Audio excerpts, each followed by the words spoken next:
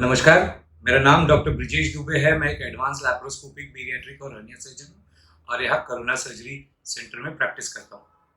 आज हम बात करेंगे पित्त की थैली में पथरी या जो पित्ताशय में पथरी होती है, उस बारे में। तो एक्चुअली ये पित्ताशय है क्या? ये पित्त की थैली जो हम बोलते हैं, वो क्या है?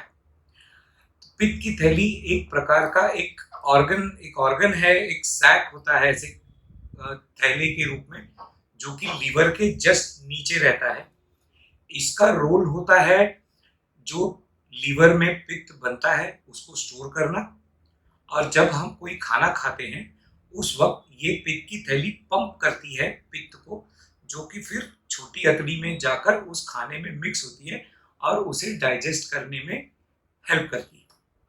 ये एक बेसिक रोल है। अब अगर हम ये जानना चाहते हैं कि पित्त की थैली में पथरी क्यों बनती है, अब इसका कोई एक फिक्स रीजन नहीं है, कोई एक फिक्स कारण नहीं है जिसको हम पॉइंट आउट कर सकते हैं। ऑन एंड एक मोटा मोटा तौर पर दो थियरीज है। एक है जो केमिकल इम्बैलेंस होता है। केमिकल इम्बैलेंस से मेरा मतलब है जो पित्त के अंदर जो केमिकल्स होते हैं, जो बाइल सॉल्ट्स और बाइल पिगमेंट्स होते हैं, उनका बैलेंस बिगड़ जाता है, जिसकी वजह से वो थोड़े से हार्ड और कॉन्क्रीशंस पाउडरी रूप में स्टोन बनने लगते हैं और over a period of time ये एक दूसरे में मिलकर ये अलग अलग साइज की पथरी बन सकते हैं। दूसरा रीजन है इन्फेक्शन। अब इन्फेक्शन यानी कि जब पित्त की थैली का जो पंपिंग एक्शन है बंद हो गया, खराब हो गया, अब वो पित्त की थैली पंप नहीं कर रही है, उसका फंक्शन अब बॉडी में नहीं।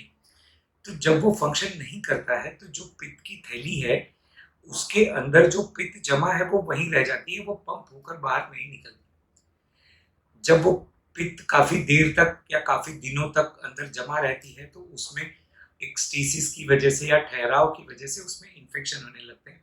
उस इंफेक्शन का एक फोकस या नाइडस जिसको हम बोलते हैं वो बन जाता है, और उसकी चारों तरफ ये केमिकल्स जमा होने लगते हैं और ये धीरे धीरे एक पथरी का रूप धारण कर लेता है। तो ये दो मेन कारण हैं। अब ये पथरी दो टाइप के होते हैं। एक जिसको हम कोलेस्ट्रॉल स्टोन्स बोलते हैं, दूसरा हम जिसको पिगमेंट स्टोन्स बोलते हैं।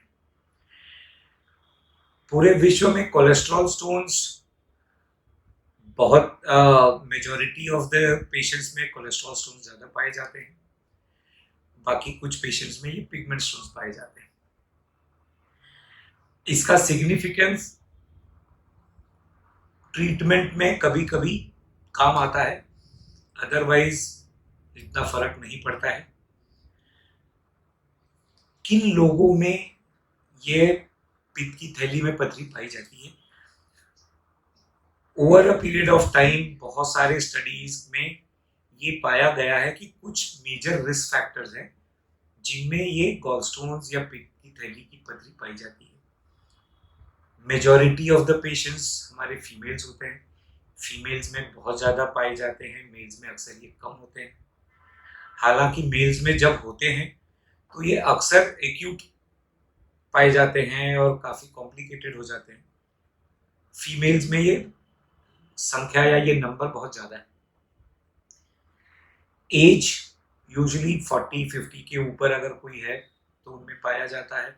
हालांकि ऐसा नहीं है कि जो 40 से कम है उनमें नहीं पाया जाता है। ये कभी कभी इनफैक्ट 9 साल 10 साल 13 साल के बच्चों में भी पाया जाता है, पर काफ़ी रेयर है। पर यह है कि 20-30 साल के लोगों में भी पित्त की थैली पाई जाती है, पर मेजॉरिटी 40 के ऊपर जो लोग होते हैं उनमें पाई जाती है। ओबेसिटी, मोटापा, ये बहुत ही अहम कारण है पित्त की थैली में पथरी बनना। डायबिटीज, महिलाएं जो कि गर्भ निरोधक गोलियां या ओसीपीएस जिसको बोलते हैं, या किसी प्रकार के हार्मोन रिप्लेसमेंट थेरेपी पे हैं, उनमें पाई जाती है।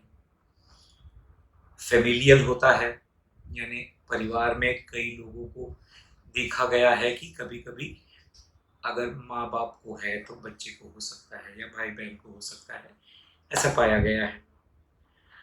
अपने इंडिया में गंगा के किनारे का जो बेल्ट है उसे गॉल ब्लैडर बेल्ट कहा जाता है, यानी कि यूपी, वेस्ट बंगाल, बिहार, आसाम, झारखंड, ये जो एरिया है, इस एरिया में गॉल स्टोन बहुत ही ज़्यादा प्रचलित है या प्रेवलेंट है, जिसको हम कहते हैं प्रॉबेबली डाइट रिलेटेड। पर ये देखा गया है कि उस रीजन में बहुत ज़्यादा लोगों में ये पाया जाता है। तो अगले वीडियो में हम इसके आगे के बारे में बात करेंगे। Thank you.